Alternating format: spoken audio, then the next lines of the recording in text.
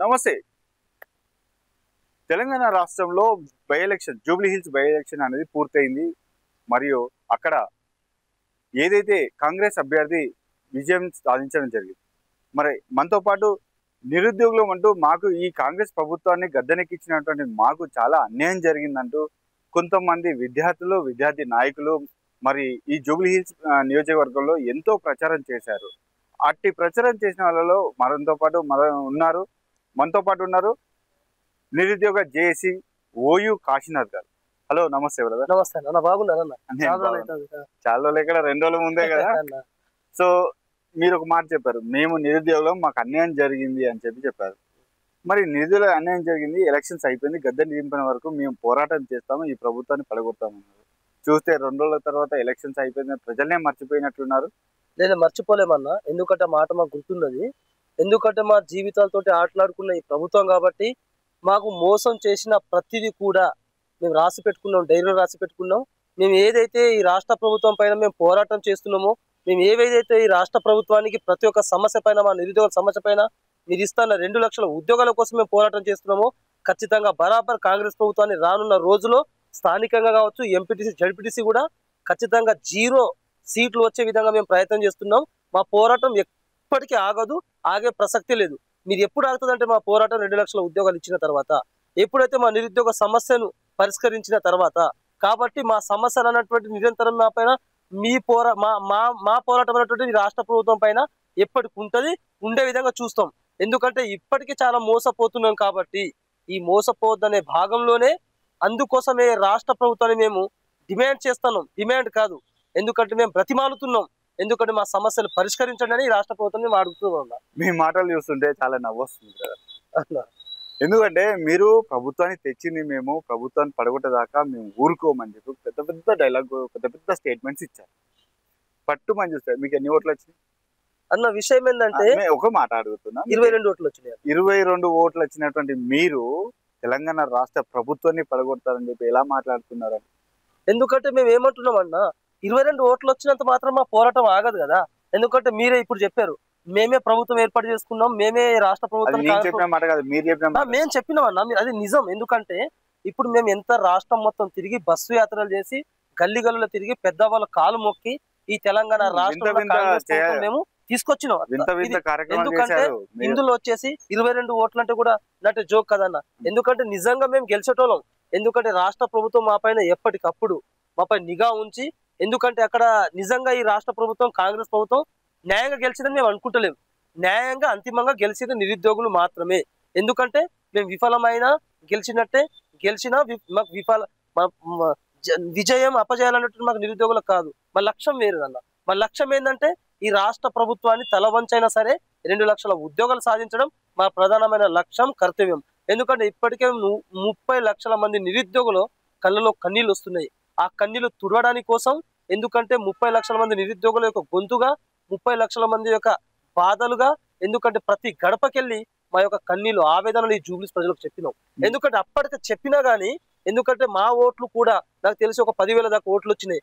ఆ ఓట్లు రిగ్గింగ్ ద్వారా కావచ్చు, ఈవీఎం మిషన్ల ద్వారా కావచ్చు, అనేక రకాలుగా ఈ ప్రభుత్వం, కాంగ్రెస్ ప్రభుత్వం అధికారంలో ఉంది కాబట్టి నిరుద్యోగులకు 30,000 ఓట్లు వస్తే సిగ్గుమాలిన చర్య ఉంటుంది. కాబట్టి అందుకోసమే ఈ రాష్ట్ర ప్రభుత్వం మా ఓట్లు కూడా దొంగ ఓట్లుగా దొంగతనం చేసింది. మా ఓట్లు కూడా అందుకోసం 22 ఓట్లు అనేటువంటిది ఇచ్చింది. 10,000 ఓట్లు దొంగతనం చేసిన ఈ రాష్ట్ర ప్రభుత్వం, ఎందుకంటే చూశారు మీరు, ఈ రాష్ట్ర ప్రభుత్వం నిజంగా నీతి, నిజాయితీ, న్యాయంగా మాత్రం గెలవలేదని నేను అనుకుంటున్నా. జూబ్లీస్ లో నీతి, నిజాయితీ మేమే గెలిచాం. మీరు ఒక మాట అన్నారు, 300 మందితోని నామినేషన్ వేయబోతున్నాం జూబ్లీ హిల్స్ నియోజకవర్గంలో.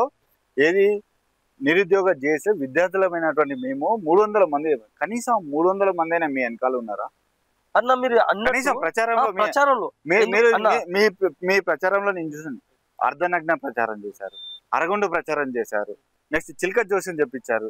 ఈ వింతగా మీరు, సరే మీ స్ట్రాటజీ మీది, మీ ప్రచారం మీది, మేము దానికి ఎటువంటి తప్పు పట్టడానికి ఎవరికి హక్కు లేదు. ఎందుకంటే మీ స్వాతంత్రం, మీకు ఉన్నటువంటి రైట్ మీరు ఉపయోగించారు.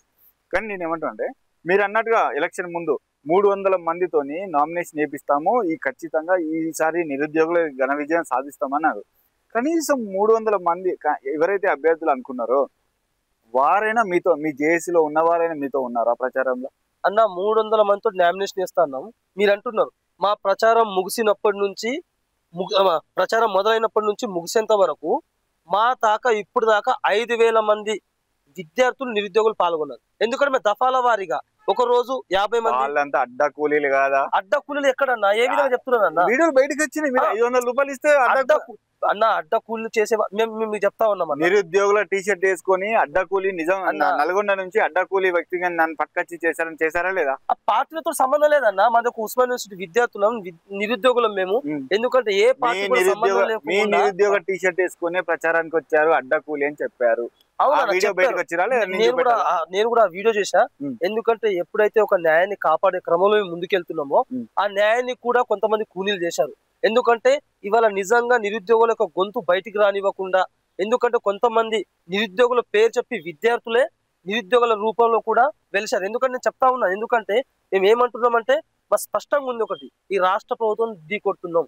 సాక్షాత్తు ఒక రేవంత్ రెడ్డి ప్రభుత్వాన్ని మేము ఢీ కొట్టడానికి మేము రోడ్డు మీదకి వచ్చిన తర్వాత మాలాంటి వాళ్ళు చాలా మంది నిజాయితీగా ముందుకు వస్తున్న తరుణంలో, ఎందుకంటే కొన్ని పార్టీలు అనేటువంటిది బురద చల్లి నిరుద్యోగ చేసి, ఎందుకంటే మేము అప్పటికే లీడ్ లోనూ అప్పటికే తిరుగుతా ఉన్నాం, అనేక రకాలుగా జూబ్లీస్ ప్రజల యొక్క మనల్ని పొందుతున్నాం. కాబట్టి కొంతమంది పార్టీలు ఫేక్ నిరుద్యోగులు చేసినా మాకు పెద్ద లేదన్న. మాకు నిరుద్యోగుల యొక్క బాధలు జూబ్లీస్ ప్రజలకు ప్రతి ఒక్కరు తెలుసు అన్న. ఎందుకంటే అంతమంది వాళ్ళు ఫేక్ అని మీరే చెప్తున్నారు అన్న. నేను అనలేదు ఫేక్ అని. సరే, నేను వాళ్ళు ఎవరిని కూడా నేను ఫేక్ అనట్లేదు. మీ ప్రయత్నం మీది, వాళ్ళ ప్రయత్నం. అయితే ఇంకోటి ఏంటన్నా, అయితే మేము వెళ్తున్న తరుణంలో మేము ఇదే షేక్పేట్ కావచ్చు, రేవంత్ నగర్ కావచ్చు, లేకపోతే బోరబండ కావచ్చు, అనేక రకాల డివిజన్లు తిరిగినప్పుడు సాక్షాత్తు మాకు నవీన్ యాదవ్ గారే మాకు అపోజిట్, ఆయన ప్రచారం వాళ్ళు చేసుకుంటున్నారు, మా యొక్క వింత ప్రచారం మేము చేసుకుంటూ వెళ్తున్నాం.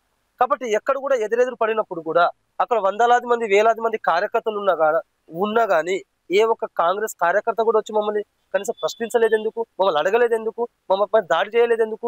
ఎందుకంటే మేము నిజాయితీగా నిబ్బరంగా మేము పోరాడుతున్నాం అన్న. ఎందుకంటే మా యొక్క పోరాటం సాక్షాత్తు నవీన్ యాదవ్ కూడా తెలుసు. ఎందుకంటే వీళ్ళు ఏ పార్టీకి కూడా వ్యక్తులు కారు, ఎందుకంటే ఏ పార్టీకి సంబంధం లేదు. అందుకోసం మేము ఇవాళ మేము వెళ్ళినామన్నా. సో కొంతమంది చేస్తే మీరు అనుకోవచ్చు. సరే, నేను ఒక మాట, సరే గెలుపు ఓటమి అనేది సహజము. మీరే కాదు, మంచి మంచి నాయకులు కూడా ఓడిపోయి మళ్ళీ గెలిచిన రోజులు మీకు ముందు భవిష్యత్తులో మంచి రోజులు రావాలని చెప్పి మేము మా ఛానల్ తరఫున కూడా కోరుకుంటున్నాం. ఎందుకంటే అందరూ పోటీ పడతారు, ఎవరో ఒక్కరు మాత్రమే గెలుస్తారు అనే విషయం అందరికీ తెలుసు. ఈ తరుణంలో ఈ ఎలక్షన్ లో ఎంత సంపాదించారు అన్న? వాస్తవం చెప్పాలంటే నిజం చెప్తున్నాను. నేను బయటకు సంపాదించిన ఎంత సంపాదించిన అంటే 30 లక్షల మంది అభిమానులు సంపాదించిన. ఏ పార్టీ నుంచి? పార్టీ అయినటువంటి నేను చెప్తున్నా కదా, నిజంగానే వేరే పార్టీల దగ్గర నుంచి నేను డబ్బులు తీసుకుని వస్తే నిజంగా నా వెనక 2-3 కార్లు ఉండేవి. నిజంగానే ప్రచారం కూడా చాలా మంది డప్పు దాంట్లతో మేము మొదలెట్టేది. ఎందుకంటే మా దగ్గర రూపాయి కూడా లేకపోతే మాతో తిరిగిన మిత్రులు, విద్యార్థులు, నిరుద్యోగులు చదువుకుంటున్న వాళ్ళు కూడా అన్న చెప్తుందన్న, నిరుద్యోగులు అనే పేరు చెప్పుకోవడం ఫ్యాషన్ కాదన్న, చదువుకుంటున్న వాళ్ళన్న. ఇదే జీవో నంబర్ 29 లో ఇదే జీవో నంబర్ 46 లోనే వాళ్ళ బాధితులకు మాత్రం తీసుకొచ్చి కొంతమంది, నేను చెప్తున్నా ఇప్పుడు కూడా నా ఫోన్ పే నీకు చూపిస్తా. ఎందుకంటే ఇదే ఫోన్ పే కాదన్న, నేను ఏమంటున్నా అంటే మెట్రో ద్వారా 5-6 మంది మెట్రో ద్వారా వెళ్ళిన టికెట్లు అయితే ఉంటాయి కదా, అదే మెట్రో ద్వారా వెళ్ళినాం, ర్యాపిడ్ ద్వారా బుక్ చేసుకున్నాం, ఆటోల ద్వారా వెళ్ళినాం. ఎందుకంటే ఫోన్ పేలో ర్యాపిడ్ ద్వారా మెట్రో ద్వారా మేము బుక్ చేసుకున్న అమౌంట్ ఉన్నాయి. ఎందుకంటే మేము వెళ్ళినాం, ఎక్కడ కూడా ఏ కారులోకి వెళ్ళింది లేదు. కేవలం మా దగ్గర ఉన్న బడ్జెట్ ఎంత అంటే కేవలం రోజుకు 2,000 మాత్రమే ఖర్చు పెట్టేది. ఎట్లా వెళ్ళడం రావడం. మేము ఈవెన్ భోజనాలు కూడా ఎక్కడైతే 5 రూపాయల భోజనం ఉంటాయో ఆ 5 రూపాయల భోజనం దగ్గర నిలబడి మన నిరుద్యోగులు తిన్నామన్నా. అవి కూడా మీకు చాలా సోషల్ మీడియాలో బయటనే ప్రచారం. పార్టీ నుంచి లక్షలలో 10 లక్షలు ఒక పార్టీలో, 20 లక్షలు ఒక పార్టీలో. మీలో జేఏసీలోనే 2 ఉన్నారు. అటు ఒకటి ఆస్మా టీం అని, ఇటు ఒకటి కాశీనాథ్ టీం అని చెప్పి 2 టీమ్స్ ఉన్నాయి అని చెప్పి మీరు ప్రతిపక్ష పార్టీకి అమ్ముడు పోయి లక్షలాది రూపాయలు తీసుకొచ్చుకున్నారని ఒక ప్రచారం ఉంది. మరి అవునా? లక్షలాది రూపాయలు తీసుకొని వస్తే నేను జూబ్లీస్ తిరుగుతా, ఆ డబ్బులు తీసుకొని ఎక్కడొక జలసాలకు వెళ్ళేటోను కదా. ఎందుకంటే నేను ఎందుకంటే 30 లక్షల మంది నిరుద్యోగుల ఆశలు మంటలో కలవద్దు. ఎందుకంటే వాళ్ళ ఇప్పటికీ వాళ్ళ తల్లిదండ్రులు 60 సంవత్సరాలు 70 సంవత్సరాలు పైబడిన కాబట్టి ఇప్పటికే మన నిరుద్యోగ సోదరులు కావచ్చు ఇప్పటికే 30 సంవత్సరాలు దాటిలు కాబట్టి వాళ్ళ అంతిమ లక్ష్యం ఉద్యోగమే. కాబట్టి ఆ ఉద్యోగం కోసం కొట్లాడుతున్న వాళ్ళ కోసం నేను ఇవాళ తెగించి రోడ్డు మీదకి వచ్చి నా ప్రాణాన్ని కూడా హాని ఉన్నా, అక్కడున్న మొత్తం ఏరియా మొత్తం రౌడీ సీటర్లు ఉన్నారు, అక్కడున్న ఏరియా మొత్తం. ఎందుకంటే ఏదో ఒక రోజు ప్రభుత్వమే అధికారం అధికారంలో ఉన్న కాంగ్రెస్ ప్రభుత్వం ఉంది కాబట్టి మా పైన ఎంత దుష్ప్రచారాలు చేసినా మమ్మల్ని చంపడానికి పన్నగా లేచినా బై ఎలక్షన్ మేము భయపడకుండా మేము రోడ్డు మీదకి వచ్చినాం కదా. అంటే బై ఎలక్షన్ వెళ్లే ముందు ఆ మాత్రం రిపోర్ట్ లేదా మీ దగ్గర? సర్వే రిపోర్ట్ లేదా? సర్వే రిపోర్ట్ అంటే అక్కడ ఉన్నారు అనే, ఇప్పుడు రౌడీలు ఉన్నారు ఆ రిపోర్ట్ మీ దగ్గర లేదా? అంటే ఆ మాత్రం అవగాహన లేకుండానే మీరు దూకారా అన్న? నాకు అవగాహన ఉంది. అక్కడ ఉన్న రౌడీలు ఉన్నారు, అక్కడ ఉన్న అధికారం కాంగ్రెస్ ప్రభుత్వం మమ్మల్ని బెదిరిస్తారు, కొడతారు, ఇచ్చేస్తారు తెలిసి కూడా. ఎందుకంటే తెలిసి కూడా మేము నిజాయితీని నమ్ముకున్నాం. మేము ఒక నిజాయిని నిర్భయంగా ప్రతి గడప దగ్గర తీసుకెళ్తున్నప్పుడు, ఆ సందర్భంలో ప్రతి ఒక్క వీధిలో తిరుగుతున్నప్పుడు మా అయితే ఏముందన్న, తెలంగాణ రాష్ట్రంలో 1200 మంది విద్యార్థులు వచ్చిపోయినారన్న. నిజాయితీ కోసం, తెలంగాణ రాష్ట్ర సాధన కోసం, మేము ఉద్యోగాలు సాధించడం వాళ్ళు మీరు ఏమంటారు? ఒకటే అంటారా? ఒకటిగా ఆ రోజులు కూడా మేము కొట్లాడాం కదా తెలంగాణ రాష్ట్రం. అంటే ఇప్పుడు మీరు బై ఎలక్షన్ లో పోరాడిన వాళ్ళకు, తెలంగాణ రాష్ట్ర సాధన కోసం బలిదానాలు చేసిన వాళ్ళు మీరు ఒకటేనా? వాళ్ళ ఆశయాలు నిలబెట్టడానికి కోసం, వాళ్ళ యొక్క ఆత్మలు ఇంకా బతికున్నాయి, ఏ ఒక్క విద్యార్థి చావద్దని చెప్పడానికి కోసం. ఎందుకంటే 2 లక్షల ఉద్యోగాలు కావచ్చు, లేకపోతే ఇచ్చిన హామీలు కావచ్చు, నెరవేరడానికి కోసం ఈ రాష్ట్ర ప్రభుత్వం యొక్క రాష్ట్ర ప్రభుత్వం యొక్క తల వంచైనా సరే ఖచ్చితంగా మేము సాధిస్తామని చెప్పడానికి కోసమే రోడ్డు మీదకి వచ్చినామన్నా. మాకు ఏం ఉంది, ఏ పార్టీతో సంబంధం లేదు, అవసరం కూడా రేవంత్ రెడ్డితో కూడా మాకు లేదు. ఎందుకంటే మేము ఎప్పుడైతే రోడ్డు మీదకి వచ్చినామో అప్పుడే రేవంత్ రెడ్డి విఫలమైపోయింది. ఎప్పుడైతే నేను టీషర్టు సెట్ ఇప్పుకొని అర్ధనగర ప్రదర్శన చేసినానో అప్పుడే రేవంత్ రెడ్డి ప్రభుత్వం అనేటువంటిది సిగ్గుతో తల వంచింది. ఎందుకంటే నేను ఒక ఉస్మానియా యూనివర్సిటీ చదువుకుంటున్నాను, ఒక విద్యార్థిని, నేను ఒక గ్రూప్స్ ప్రిపేర్ అయినా, నేను ఒక డిఎస్సి నన్ను మిస్ అయిపోయింది, నా ఉద్యోగాలు అమ్ముకున్నా కానీ నేను రోడ్డు మీదకి వచ్చిన తర్వాత నిజంగానే మీరు చెప్పినట్టు నాకు ఏదో పార్టీ డబ్బులు ఇస్తే నా యొక్క అంతరాత్మ చంపుకొని నా యొక్క టీషర్ట్లు కావచ్చు, నేను అర్ధనగర ఎందుకు రోడ్డు మీద తిరుగుతానన్నా? నాకు ఏం అవసరం? నేను అభ్యర్థిని అక్కడ, నేను జూబ్లీస్ లో కంటెస్టెంట్, నేను అప్పుడు పోటీ చేస్తున్న అభ్యర్థిని. అభ్యర్థిని ఎవరైనా అమ్ముడుపోతాడన్నా? కొంతమంది అమ్ముడుపోవచ్చు. ఎందుకంటే 22 ఓట్లు కూడా సాధించానంటే నా యొక్క కష్టాన్ని సాధించాను. నా కష్టంతో, నా నీతితోటి, నిజాయితీతోటి అక్కడ ప్రజలకు తెలుసు. కాబట్టి బ్యాలెట్ పేపర్ లో కూడా నాకు 3 ఓట్లు వచ్చినాయి అన్న. కాంగ్రెస్ ప్రభుత్వం ఒకటే ఓటు వచ్చింది అన్న బ్యాలెట్ పేపర్ లో. టీఆర్ఎస్ ప్రభుత్వం ఒకటే. ఎన్ని రోజులు ప్రచారం చేశారు? వారం 10-12 రోజులు చేశాను ప్రచారం. అంటే రోజుకు కనీసం ఒక్క ఓటైనా సాధించలేకపోయారు. మీరు రాష్ట్ర ప్రభుత్వాన్ని గద్దె దించుతాని ప్రమాణాలు చేస్తామన్నారు. మేము ఏమంటున్నాం అన్న, ఓట్లు అనేది అనిపిస్తుంది వెంట్రకతో. నేను అక్కడ జూబ్లీస్ లో గెలవడానికి కోసము, లేకపోతే ఓట్లు నేను సంపాదించడానికి కోసము, లేదంటే ఇంకేదైనా సాధించడానికి కోసం నేను రాజకీయ జూబ్లీస్ నేను నామినేషన్ ఇవ్వలేదు. ఎందుకంటే నేను ఈ రాష్ట్ర ప్రభుత్వంలో ఉన్న సమస్యల పైన, ఈ రాష్ట్ర ప్రభుత్వం ఏ విధంగా అయితే యువకులను మోసం చేసిందో, ఈ రాష్ట్ర ప్రభుత్వం ఏ విధంగా అయితే ప్రజలను మోసం చేసిందో, అందుకోసమే మేము వాళ్ళ యొక్క ఆశయాల కోసం, వాళ్ళ సాధన కోసం, వాళ్ళ యొక్క ప్రతి సమస్య కోసం నేను వచ్చిన. నేను ఓట్ల కోసం ఉంటే ప్రతి ఒక్క గడప దగ్గరికి వెళ్ళి అనేక రకాల నేను కూడా డబ్బులు పంచటోంది, లేదా నేను కూడా డబ్బులు ఇచ్చటోంది. సాధారణమైన వ్యక్తినన్న, మా యొక్క అమ్మ మా నాన్న ఒక కూలి వ్యక్తులన్నా. ఎందుకంటే 200 రూపాయలు మా అమ్మ 9 గంటలకు పొలంకి వెళ్ళేసి సాయంత్రం 5 గంటలకు వస్తే 200 రూపాయలు వస్తుంది అన్న. ఆ 200 రూపాయలు నెలకు 6000 రూపాయలు వస్తే నాకు నెలకు 3000-4000 పంపించి, బిడ్డ నువ్వు చదువుకొని ఒక ఉద్యోగం సాధించు, ఆ ఉద్యోగం వచ్చిన తర్వాత మమ్మల్ని మంచిగా చూసుకో అంటే నా ఒక్క ఆశయం కాదన్న. నా ఒక్క తల్లిదండ్రులు కష్టపడతలేదు అంటలేను. యావత్ తెలంగాణ రాష్ట్రంలో ఉన్న ప్రతి ఒక్క తల్లిదండ్రులు కష్టపడుతున్నారు కాబట్టి వాళ్ళ బిడ్డలు డబ్బులు పంపించి ఏదో ఒక లక్ష్యం కోసం, ఎందుకంటే నా కొడుకు బాగుంటే, నా కూతురు బాగుంటే, ఉద్యోగం వస్తే నన్ను సంతోషంగా చూసుకుని ఒక ఆశయంతో చేస్తున్నారు. మరి ఆ ఆశయాన్ని పక్క పెట్టి బై ఎలక్షన్లకు ఎందుకు పార్టిసిపేట్ చేశారు? బై ఎలక్షన్ ఎందుకు మీరు ఒకటే అన్నారు, మీ అమ్మ నాన్న ఆశ ఇది అన్నాను. మరి అమ్మ నాన్న ఆశను నెరవేర్చే ప్రయత్నం చేయాలి కానీ ఈ బై ఎలక్షన్లకు పోవడము, ఈ ప్రచారాలకు పోవడం, దీనివల్ల నీ ప్రిపరేషన్ ఎక్కడ డిస్టర్బ్ అయిందని అనుకోవట్లేదు? ఎందుకంటే ఇప్పటికే 2 సంవత్సరాల నుంచి కోచింగ్ తీసుకుంటున్న నా సోదరులు చదువుకొని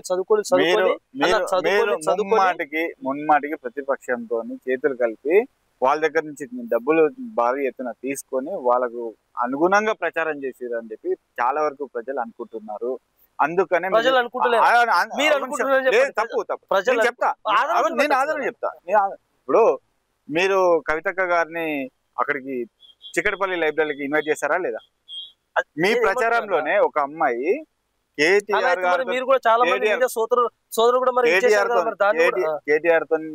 గారితో ఫోటో బయటకు వచ్చిందా లేదా? ఎవరితో వచ్చింది? ఎవరితో? వచ్చిందా? మేము ఉన్నామా దాంట్లో? జేసీ, నిరుద్యోగుల జేసీ కాదు, నిరుద్యోగ జేసీ అనేటువంటిది నేను చెప్తున్నా.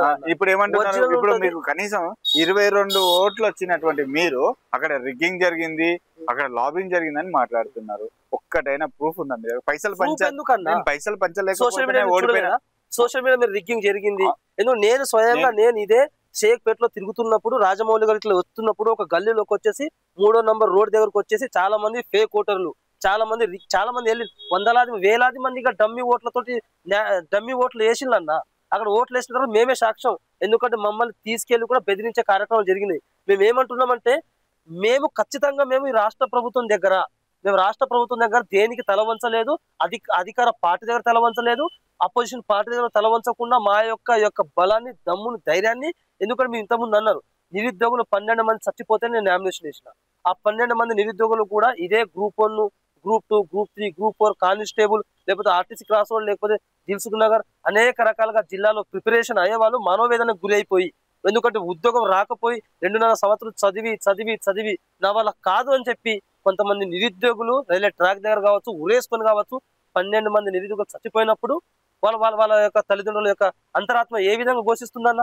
అందుకోసమే ఏ ఒక్కటి చావద్దు, అందుకోసమే నిరుద్యోగుల యొక్క సెగ ఏ విధంగా ఉంటుందో ఈ రాష్ట్ర ప్రభుత్వానికి తెలియజేయాలి. కాబట్టి అందుకోసమే నిరుద్యోగుల యొక్క బలం ఎంతుంది, నిరుద్యోగుల యొక్క దమ్ ఎంతుంది ఈ రాష్ట్ర ప్రభుత్వానికి చూపెట్టాలనుకున్నాం. కాబట్టి నిరుద్యోగులతో కొట్లాడినా ఈ రాష్ట్ర ప్రభుత్వాన్ని రేవంత్ రెడ్డి కూడా తెలుసు, మా నిజాయితీతో రేవంత్ రెడ్డి కూడా తెలుసు. కాబట్టి కాంగ్రెస్ మీడియా వాళ్ళే, కాంగ్రెస్ కొంతమంది సోదరులే దుష్ప్రచారాలు చేసిండ్రు.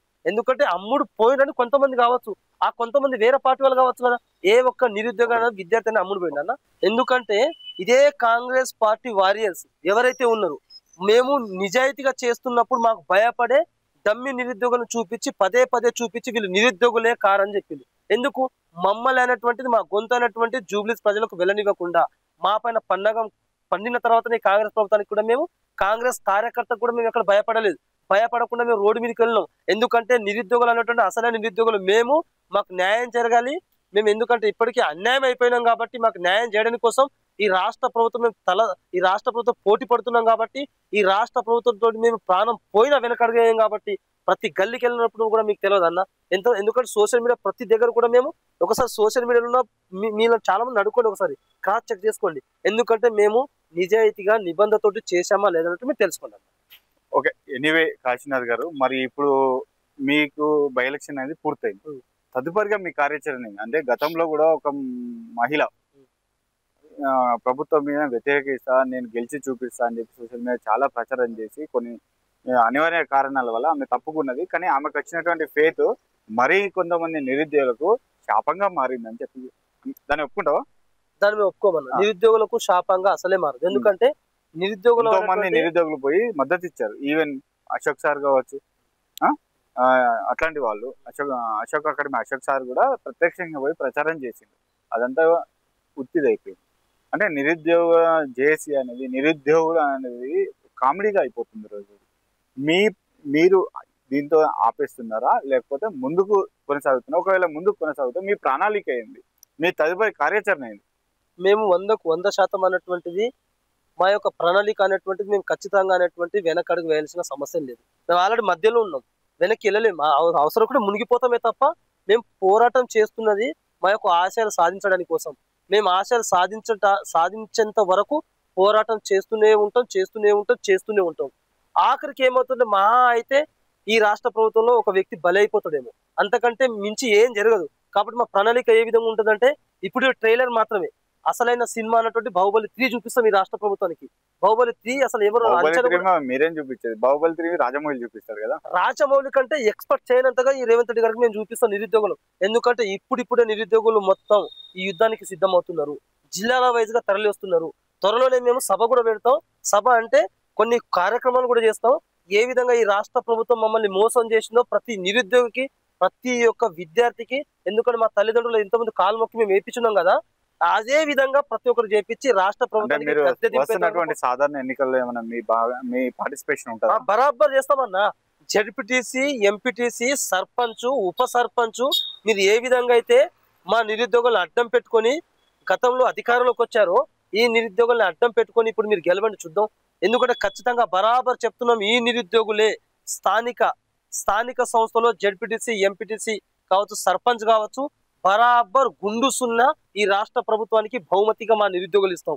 ఖచ్చితంగా బరాబర్ ఏ విధంగా అయితే జూబ్లీస్ లో మేము తిరిగినామో జిల్లాల వైజ్ గా కూడా తిరిగి, జిల్లాల వైజ్ కూడా ప్రతి ఒక్క సమస్యకి వెళ్ళి ఈ రాష్ట్ర ప్రభుత్వం, కాంగ్రెస్ ప్రభుత్వం యొక్క వైఫల్యాలు, కాంగ్రెస్ ప్రభుత్వం యొక్క అవినీతి పైన, ఎందుకంటే నిరుద్యోగులను ఏ విధంగా అయితే గొంతు కోసిందో ఆ గొంతు కోసిన ప్రణాళిక ఏ విధంగా ఉందో ఖచ్చితంగా రేవంత్ రెడ్డి ప్రభుత్వానికి గద్దె దింపేంత వరకు ఈ స్థానిక సంస్థల్లో ఖచ్చితంగా కొన్ని సీట్లు కూడా మేము గెలవనివ్వకుండా మా దమ్మేందో ప్రణాళిక ఏందో ఈ రాష్ట్ర ప్రభుత్వం మీరు త్వరలో చూస్తారు. ఎందుకంటే మేము ఇప్పుడు వెనక అడిగి వేయలేము, మేము ముందుకు అడిగేస్తున్నాం. ఎందుకు ముందుకు అడిగేస్తున్నాం అంటే సింహం కూడా కొన్ని సందర్భంలో వెనక అడిగేస్తుంది.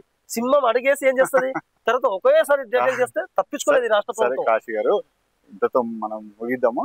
అయితే గట్టునున్న వాళ్ళు ఎంతైనా మాట్లాడతారు, బరిలోకి దిగిన వారికే దాని లోతనే తెలుస్తుంది. సరే, మీరు చేసే ప్రయత్నం మనస్ఫూర్తిగా మేము అప్రిషియేట్ చేస్తున్నాం. ఎందుకంటే ఇంత టఫ్ కాంపిటీషన్లో మీ ప్రయత్నం మీరు చేశారు. గెలవటం ఓవటం అనేది చాలా కామన్. ఎందుకంటే ఎంతమంది పోటీ చేసినా ఒక్కరే గెలవాల్సింది, ఒక్కరే గెలుస్తారు. కాబట్టి మీరు చేసిన ప్రయత్నం మీ ప్రయత్నాలు ఆపకుండా ముందుకు వెళ్తారని చెప్పి, వెళ్ళాలి అని చెప్పి మేము ఆశిస్తూ మరొకసారి మీకు సరే ఓటమితో పరాజయం పాలయ్యారా, ఓటమి పాలయ్యారా, గెలిచారని చెప్పి నేను అనట్లేదు. బరిలోకి దిగారు, బరిలోకి దిగారు, ఎటువంటి మద్దతు లేదు, ఇంకొక నిమిషం కూడా చెప్తాను, ప్రజాధనం లేదు. ఎప్పుడైతే మా నిరుద్యోగులు నామినేషన్ వేసామో అప్పుడే మేము అన్నటువంటి సక్సెస్ఫుల్ గా ఈ రాష్ట్ర ప్రభుత్వానికి భయం చూపించినాం. అప్పుడే జూబ్లీస్ లో మేము ఒక అంతిమంగా కావచ్చు, లేకపోతే అప్పుడే గెలిచినాం. మేము ఎప్పుడైతే మేము రోడ్డు మీదకి వచ్చి తిరిగామో అప్పుడే మా యుద్ధం కావచ్చు, మా పోరాటం కావచ్చు ఈ రాష్ట్ర ప్రభుత్వం ప్రకటించినాం. కాబట్టి అపజయాలు అనేటువంటిది, పరాజయాలు అనేటువంటిది, విజయాలు అనేటువంటిది పెద్ద పెద్ద నాయకులకే తప్పని మాకే మాకు సమస్య. రాజకీయ నాయకులం కాదు, వేల కోట్లు ఉన్న డబ్బున్నోళ్ళం కాదు, లేకపోతే మేము డాబాలలో లేకపోతే కార్లో తిరిగేటోళ్ళం కాదు. మేము పొద్దున్న లేస్తే ఇగో కింద పడుకునేటోళ్ళం, చైర్ మీద కూర్చొని చదువుకునేటోళ్ళం, గంజో తాగి లేకపోతే అన్నం ఇంత మెతుకునేసి తినేటోళ్ళం. ఇప్పుడు ఎక్కడ ఉంటారు? హైదరాబాద్ లో ఉస్మాన్ యూనివర్సిటీలో ఉంటాను. ఇదే సి హాస్టల్ వచ్చి చూడొచ్చు. గోదావరి హాస్టల్ 213 రూమ్ లోనే ఉంటా నేను. గోదావరి హాస్టల్ ఉంటా, ఎందుకంటే హాస్టల్ యొక్క పరిస్థితులు మీకు తెలుసు. అంటే మీరు ఇంకా కొనసాగించే ప్రయత్నం ఉందా లేదని ఒక మాట కన్ఫర్మేషన్ తెలుసుకోవడానికి అడిగాను. సరే, మీరు గట్టునున్న వాళ్ళకి తెలియదు, దిగినోడికి ఇది లోతు తెలుస్తుంది అనే విషయాన్ని నేను మరొకసారి మీకు గుర్తు చేస్తున్నాను. మీరు చేసిన ప్రయత్నం మాత్రం ధన బలం లేకుండా, అధికార బలం లేకుండా, మంది బలం లేకుండా కూడా మీరు చేశారని చెప్పి మేము అనుకుంటున్నాం. మరి మీ ప్రయత్నం ఇలానే ముందు ముందు కొనసాగించి మంచి విజయాలు మీకు అనుభూతాలని మనస్ఫూర్తిగా కోరుకుంటున్నారు. థ్యాంక్ యూ, మీ విలువైన సమయాన్ని మాకు ఇచ్చినందుకు థ్యాంక్ యూ వెరీ మచ్. మీరు ఏమైనా చెప్పాలనుకుంటే డైరెక్ట్ చెప్పచ్చు. నేనేమంటున్నా అంటే, తెలంగాణ రాష్ట్రంలో ఉన్న నిరుద్యోగులు అక్కలారా చెల్లెలారా, ఎందుకంటే ఇప్పటికే మనం చాలా కాలాన్ని నష్టపోయాం.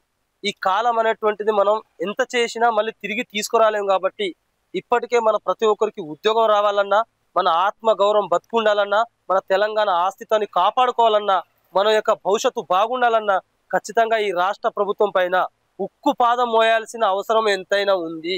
కాబట్టి ప్రతి ఒక్క నిరుద్యోగ సోదరులు సోదరి మనులారా, మీరు ఖచ్చితంగా ఈ రాష్ట్ర ప్రభుత్వంలో ఉన్న మీకు కావాల్సిన ఉద్యోగాలు, ఎందుకంటే మీకు నిరుద్యోగ వృత్తి ఇస్తానికి కూడా మోసం చేసింది. కాబట్టి మనమంతా కలిసి ఏ విధంగా అయితే, ఎందుకంటే 24 గంటలు పుస్తకాల దగ్గర కూర్చుంటే మన యొక్క బాధలు కన్నీళ్ళు ఈ రాష్ట్ర ప్రభుత్వానికి వినబడదు. కాబట్టి ఒక్క నెల, ఒక 15 రోజులు అంటే పుస్తకాలు పక్కన పెట్టి మనం యుద్ధం చేస్తే ఏ విధంగా ఉంటుందో రాష్ట్ర ప్రభుత్వానికి కంటికి కనిపించే విధంగా మనం చేస్తే, కాబట్టి ఖచ్చితంగా ఎక్కడున్న రాష్ట్రంలో ఉన్న నలుమూలల నుంచి విద్యార్థులు ఇప్పటికన్నా మీ గొంతు వినబడకపోతే, ఇప్పటికన్నా మీరు ప్రశ్నించకపోతే, ఇప్పటికన్నా మీ రాష్ట్రం నలుమూలల నుంచి వచ్చి హైదరాబాద్ లో మీరు ఈ రాష్ట్ర ప్రభుత్వానికి అడగకపోతే, ఎందుకంటే మన నిరుద్యోగులు బతికి ఉన్నా చచ్చిన కింద శవాల్లాగా మాత్రమే ఉంటుంది. కాబట్టి ఇప్పటికే సగం 70% అంటే నిరుద్యోగులని చంపేలా ఈ రాష్ట్ర ప్రభుత్వం కుట్ర పన్నింది.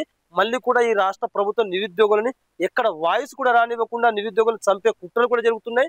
ఎందుకంటే మన పైననే దాడులు చేస్తున్నానంటే భవిష్యత్తు పైన, నిరుద్యోగుల భవిష్యత్తు యొక్క విద్యార్థుల పైన కూడా దాడులు చేస్తాయి. కాబట్టి ప్రతి ఒక్కరు మేలుకోవాల్సిందిగా నేను మరొకసారి రాష్ట్ర ప్రజలకు, నిరుద్యోగులకు తెలియజేస్తా ఉన్నా. Thank you very much Kashi గారు, మీ విలువైన సమయాన్ని మాకు కేటాయించారు. మేము ఎప్పుడు కూడా మీ ఏదైతే అధికార ప్రభుత్వం ప్రతిపక్షమా అని చూడం. ఎందుకంటే మా దగ్గర ఏ టైం ఇంకోటి చెప్తున్నా, మా దగ్గర జేసీ కావచ్చు, మీరు కానీ ఒక్క మాట అండి, మీరు ఎవరైనా మీ వాదన వినిపించడానికి మేము సిద్ధంగా ఉన్నాం.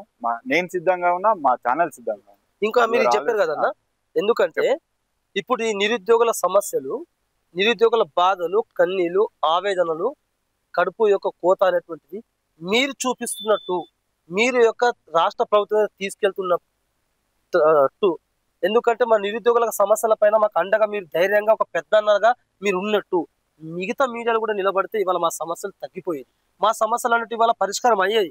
ఎందుకంటే కొంతమంది మీడియాలు అనేటువంటి మీరు నన్ను వేరే వాళ్ళకి టార్గెట్ చేస్తున్నారు. టార్గెట్ చేస్తున్నారన్న, లేదండి. మీలాగా ఉండాలని చెప్తున్నారు. నిజాన్ని నిర్భయంగా మీరు చెప్తున్నారు కదా. చూడండి, మీకు తెలుసు నేను ఓయూ స్టూడెంట్ ని, జర్నలిజం స్టూడెంట్ ని, మీరు హిందీ స్టూడెంట్, రైట్? ఈ ఉన్నటువంటి ర్యాప్ తోని మనం ఎక్కువ సమయాన్ని కేటాయించాం, కానీ మీరు నన్ను వేరే వాళ్ళకి టార్గెట్ చేసే విధంగా. చాలా ఇంటర్వ్యూ చూసాను, ఫాలో అవుతాను నేను, ఎందుకంటే చాలా చూసాను. ఇది పిలిపించుకొని పొగిడించుకున్నాను. Thank you. మరొకసారి మంచి సమయం చూసుకొని కలుద్దాం. ధన్యవాదాలు. సో ఇదండి జూబ్లీ హిల్స్ బై ఎలక్షన్ లో ఓటమి చెందిన కూడా మేము ఎక్కడ నిరుత్సాహపడట్లేదు. మా పోరాటం ఇది కాదు, ఇంకా ముందు పెద్ద పోరాటం ఉంది. ఆ పోరాటానికి నాతో పాటుగా వందలాది, వేలాది, లక్షలాది విద్యార్థులను పోగు చేసుకునే ప్రయత్నంలో ఉన్నాను. ఇక్కడ ఓడినంత మాత్రం నా ప్రయత్నాన్ని నేను విరమించుకోవట్లేదు అని చెప్పి బలంగా చెప్తున్నారు. మరి జూబ్లీ హిల్స్ కంటెస్టెంట్ అభ్యర్థి ఓయూ జేఏసీ కాశీనాథ్తో ఇందాక మనం మాట్లాడడం చూసాం. మరొక మంచి సందర్భం మరోసారి కలుసుకుందాం. అంతవరకు సెలవు మరి. Thank you.